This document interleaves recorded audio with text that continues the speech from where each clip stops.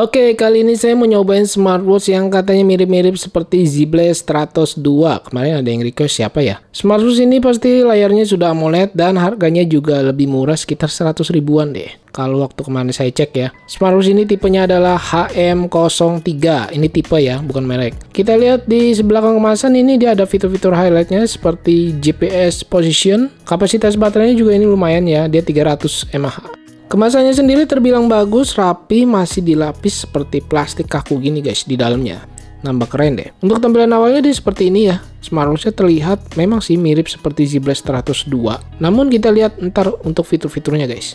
Kabel chargernya sendiri dia magnet, charging bentuknya seperti dock ini ya. User manual terlihat nih panjang bener guys. Aplikasinya menggunakan Infoware, bisa download di Play Store maupun di App Store. Ya seperti biasa saya charge dulu sebelum dinyalakan. Untuk mengetahui sisa baterainya ini, ya kita lihat sisanya ini 12% ya guys.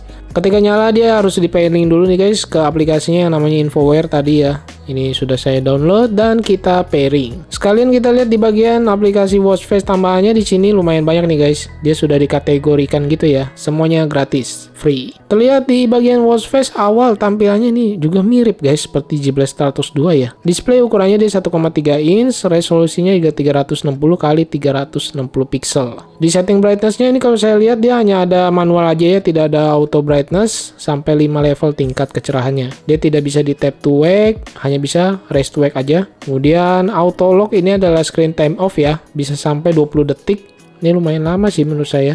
Dan device name-nya adalah HM03.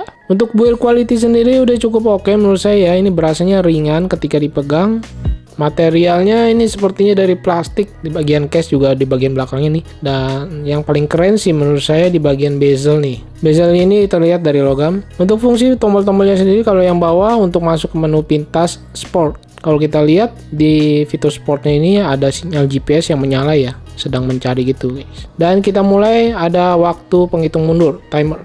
Saya coba slide ke kiri, ini bisa menampilkan music Bluetooth dengan pengaturan volume di bagian bawahnya. Cukup keren nih guys. Untuk berhenti kita bisa tekan dan tahan tombol yang di tengah ini.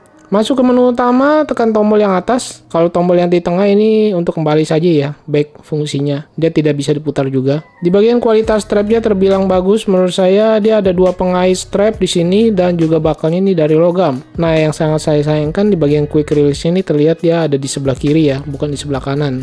Jadi yang kurang terbiasa mungkin agak ribet. Lebar strapnya sendiri saya ukur 22 mm dan menurut saya ini bagus, sporty guys. Kita lihat di bagian watch face dari smartwatch-nya tersedianya ini hanya ada 3 pilihan aja ya, tidak terlalu banyak. Saya tes untuk sensitivitas layarnya juga menurut saya ini biasa aja sih dan berasa agak delay berapa sekian detik gitu ya. Cuma untuk layarnya ketika saya swipe slide gini berasanya licin-licin guys, seperti oleh poly coating gitu ya. Ya seperti ada pelapisnya gitu. Kontras kecerahan warna sih ini udah oke banget, layarnya AMOLED. Tapi yang saya mau infokan di sini saya tidak menemukan setting always on display ya, padahal dia sudah AMOLED. Untuk notifikasi WhatsApp chat ini bisa menampilkan karakternya segini aja, tidak bisa banyak karakter. Dan untuk telepon WhatsApp seperti ini tampilannya bisa menampilkan nama pemanggil, dia belum ada Bluetooth call ya guys, jadi tidak bisa menerima langsung telepon masuk.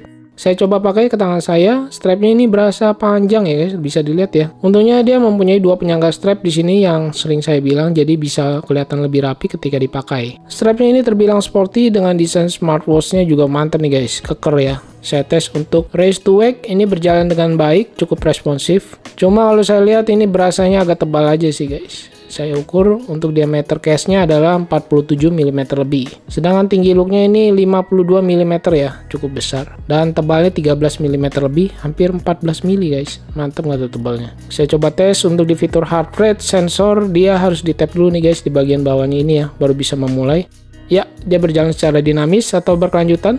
Di SPO2 juga sama, dia harus di tap juga di seperti heart rate itu yang tadi ya. Kita lihat dia hanya berhenti aja nih guys, tidak berjalan dinamis. Fitur lainnya kalau saya lihat ini tidak terlalu banyak ya. Dia ada stopwatch, timer, dan find phone aja.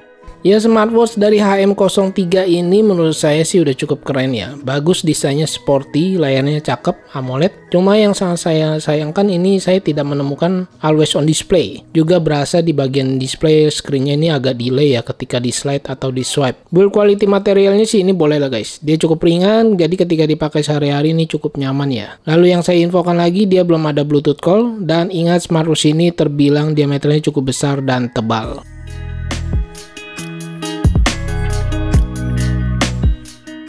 Oke, mungkin segini dulu yang bisa saya sampaikan unboxing dan review singkat dari smartwatch HM03. Terima kasih banyak buat yang sudah menonton. Mohon maaf jika ada kekurangan dalam kata-kata. Saya Freddy and see you next my video.